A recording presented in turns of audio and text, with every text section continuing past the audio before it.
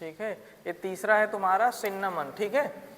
सिन्नामन ना, इसको क्या कहते हैं हिंदी में, क्या कहते हैं, दालचीनी, ठीक है। यही दाल बनी हुई, ठीक है।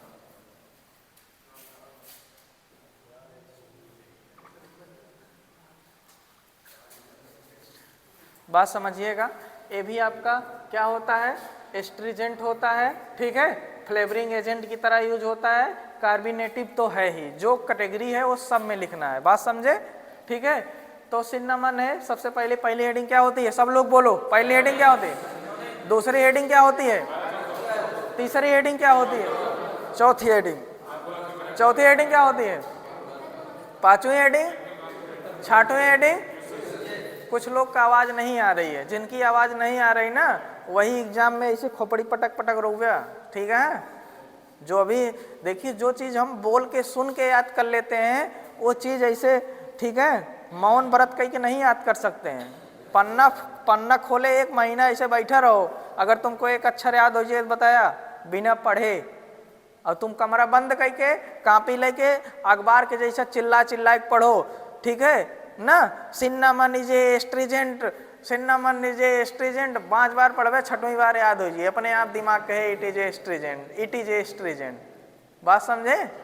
तो ईयरफोन लगाओ, बहरे वाले घोरऊ करें ना सुनो, ठीक है। बढ़िया चिल्ला चिल्ला के पढ़ो एक कमरा में, ठीक है। ना कमरा हो तो स्कूल में चलाओ, अगर इतना बड़ा बड़ा कमरा खाली है, एक एक कमरा में, हाँ तो का भा ईयरफोन लगाओ ना, ठीक है। कॉर्टेक्स, कॉर्टेक्स का मतलब होता है, देखो लकड़ी उकड़ी काम हुआ है कभी घर पे, जब लकड़ी को जो है उस पर रंदा मारते हैं ना, उसको छीलते उलते हैं तो उसमें देखिए ऐसे डिजाइन दिखती है ना, जाला माला, उसे कहते हैं कॉर्टेक्स।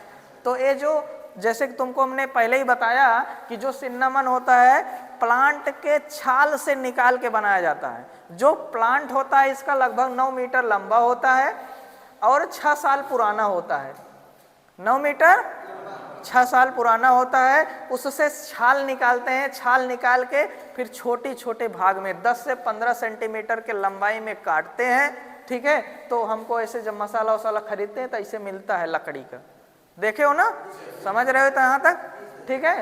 तो ये आपका सिनोनिम्स हो गया बायोलॉजिकल सोर्स। इसमें कोई इसकी कोई ट्रिक नहीं है, इसको रटना है। इसको मैंने शॉर्ट फॉर्म में लिखा है, आपको लिखना है it is a obtained from, क्या लिखना है, it is a obtained from, ठीक है। सिन्नामन, ठीक है। जाइनर, हाँ जाइनकम बिलोंग टू फैमिली, किसमें, लॉरिसिएई, ठीक है। तो इसको आपको रटना है, इसको रटना है, मतलब बायोलॉजिकल सोर्स में कोई ट्रिक नहीं है, इसको रटना है, सब का रटना है। रटोगे कैसे, जैसे हमने बताया, कमरा बंद करो, एक चार्ट बनाओ, ऐसे चार्ट में सबका नाम लिख लो, बायोलॉजिकल सोर्स, फैमिली लिख लो। जो जो सेम फैमिली के हैं उनको एक जगह लिखो, जो जो डिफरेंट फैमिली के हैं अलग अलग लिखो। सुबह शाम दोपहर रात दिन, जब देखो एक बार पढ़ो, जब देखो एक बार चार्ट में पढ़ो, ठीक है। इसी तरीके से तुमको बायोलॉजिकल सोर्स याद होगा, याद नहीं होगा जिंदगी में नहीं याद कर पाओगे, रट के जाओगे भूल जाओगे, ये हमारा एक्सपीरियंस है, इसको ध्यान में दीजिएगा। मार्फोलॉजिकल, कैसे दिख रहा है उस चीज को, अगर तुमको पता है स्ट्रक्चर भी बना सकते हो, नहीं बनाओगे स्ट्रक्चर के ऊपर नंबर नहीं कटेगा। 2 चीज फिक्स है, मैंने बता दिया ना, चाहे क्लोव हो, सिन्नामन हो, ठीक है, चाहे फेनल हो, चाहे ब्लैक पेपर हो, ठीक है। इन सब चीजों में आपको 2 चीजें फिक्स हैं, ठीक। तो इसको लिखना ही लिखना है, उसके बाद आपको जो याद है उसको लिख दो। सिन्नामन प्लांट से, ठीक है, पाया जाता है, जिसकी लंबाई 0.5 mm मोटाई होती है, लंबाई 9 मीटर होती है। ये छाल होता है, एक प्रकार का क्या होता है, बार्क होता है, छाल होता है पौधे की। 6 साल पुराने पेड़ से ये सब निकालते हैं, नहीं तो उसमें वो क्वालिटी नहीं मिल पाएगी, ठीक है। तो उसके बाद जो केमिकल कॉन्स्टिट्यूएंट होता है, इसमें भी यूजिनाल का कुछ मात्रा होता है। मैंने बताया केमिकल कॉन्स्टिट्यूएंट जब लिखना तो जहाँ क्लोव लिखना वहाँ सिन्नामन लिखना, क्योंकि इसमें भी यूजिनाल के कुछ मात्रा है, ठीक है। इतनी बात समझ में आई, बोलो, ठीक है। उसके बाद ये भी वोलाटाइल में, वोलाटाइल की मात्रा इसमें भी कुछ होती है 2 से 5% के आसपास, ठीक है। 60 से 80% होती है। सिन्नामल ओलिक एसिड ना एल्डिहाइड है, ठीक है। एल्डिहाइड का जो गुण पाया जाता है वो कितना 60 से 80% पाया जाता है। यूजेज में मैंने बताया एरोमेटिक, स्पाइसिक, कार्बोमेटिक, इस तीनों को सब में लिखना है। इस कैटेगरी की जितनी भी ड्रग होगी सब में लिखना है। कुछ चीज़ें याद कर लेना, एक एक दो पॉइंट तो याद ही कर सकते हो। जैसे फ्लेवरिंग एजेंट क्लोव में भी है, इसमें भी है। देखो क्लोव में सिन्नामन में कि 2 चीज़ें मिली आपको, क्या क्या मिला, यूजिनाल भी मिला और फ्लेवरिंग एजेंट भी मिला ना।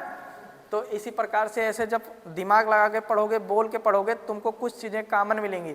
जो चीज़ें कॉमन मिलेंगी उसको हमको अच्छे से, ठीक है, अनकॉन्शियस कॉन्शियस कहीं भी नोट कर लोगे, अनकॉन्शियस माइंड में भी नोट करोगे।